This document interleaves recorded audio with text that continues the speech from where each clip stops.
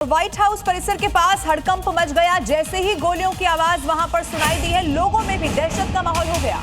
पत्रकारों को सुरक्षित स्थान पर भेजा गया। रिपोर्टिंग पॉट छोड़कर ब्रीफिंग रूम की ओर जाने के आदेश दिए गए। ब्रीफिंग रूम की ओर जाते पत्रकार नजर आए। सीक्रेट सर्विस ने पूरे इलाके को घेर लिया और वहां से सबको सुरक्षित निकाला गया है। तो देखिए, ये वो जगह है जहां पर अमूमन पत्रकार भी आसपास हमेशा नजर आते हैं, क्योंकि डोनाल्ड ट्रंप, ऐसा कहा जाता है, हर बड़ा फैसला जो दुनिया को भी प्रभावित करता है, जो अमेरिका से भी जुड़ा होता है, वो इसी व्हाइट हाउस से लिया जाता है। इसीलिए ठीक उस वक्त जब एक बड़ी बैठक चल रही थी, बाहर जो जर्नलिस्ट हैं वो रिपोर्ट कर रहे थे, लेकिन आप देखेंगे ये कैमरे में भी कैद हो चुका है। फौरन कैसे जैसे ही गोलियों की आवाज सुनाई देती है, आपको जो पत्रकार है वो इधर उधर भागते हुए भी उसके बाद नजर आएंगे। और एक और बड़ी खबर इससे जुड़ी, आपको बता दें, सुरक्षा बलों ने हमलावर को गोली मार दी है। जवाबी कार्रवाई में हमलावर की मौत हो गई है। तो हमलावर को ढेर कर दिया है सीक्रेट सर्विस सुरक्षा के जवानों ने। ये देखिए, तस्वीर उस हमलावर की भी आ गई है। इसका नाम नासिर बेस बताया जा रहा है। मैरीलैंड का ये नासिर रहने वाला है, लेकिन क्या इसको यहाँ पर किसी ने भेजा था, इसका बैकग्राउंड क्या था, किससे जुड़ा हुआ था, ये सब कुछ अब सवाल है और इसी का जवाब ढूंढने की सुरक्षा बल के जो जवान है वो वहां उस वक्त कोशिश कर रहे हैं। तो आइए अब आपको बताते हैं कि हमलावर का बैकग्राउंड क्या था, वो कहां का रहने वाला है, उसका नाम क्या था।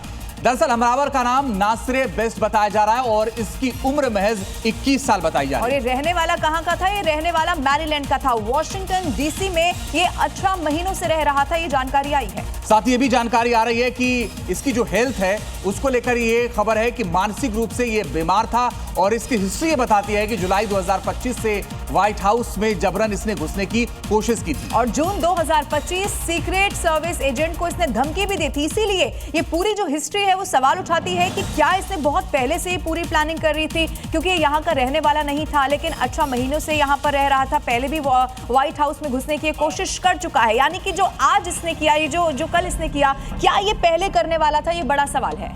बड़ी बात यह है कि जुलाई 2025 में इसने व्हाइट हाउस में जबरन घुसने की कोशिश की थी और अब एक बार फिर से इसने हमला ही कर दिया, फायरिंग कर दी, जिसमें ये ढेर हो गया। और आपको बताएं कि इवांका को धमकी मिली थी।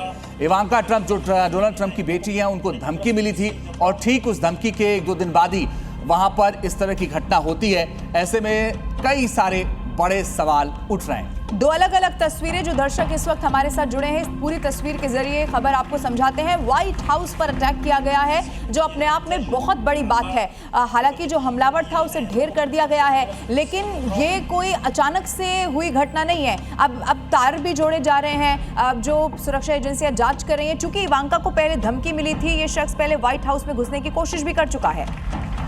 तो आप ये देखिए कि कैसे व्हाइट हाउस पर अटैक हुआ, उसके बाद से इतने सारे सवाल खड़े हो रहे हैं। आप ये देखिए कि टारगेट पर ट्रंप थे और खबर इसमें क्या है पूरी, वो भी एक बार आइए आपको बताने की कोशिश करते हैं। देखिए, अटैक जो हुआ है 17th स्ट्रीट और पेंसिल्वेनिया एवेन्यू के पास ये अटैक हुआ है। और एग्जैक्टली उस वक्त क्या हुआ ये भी आपको बताते हैं। ताबड़तोड़ एक के बाद एक 30 राउंड फायर वहां पर किया गया।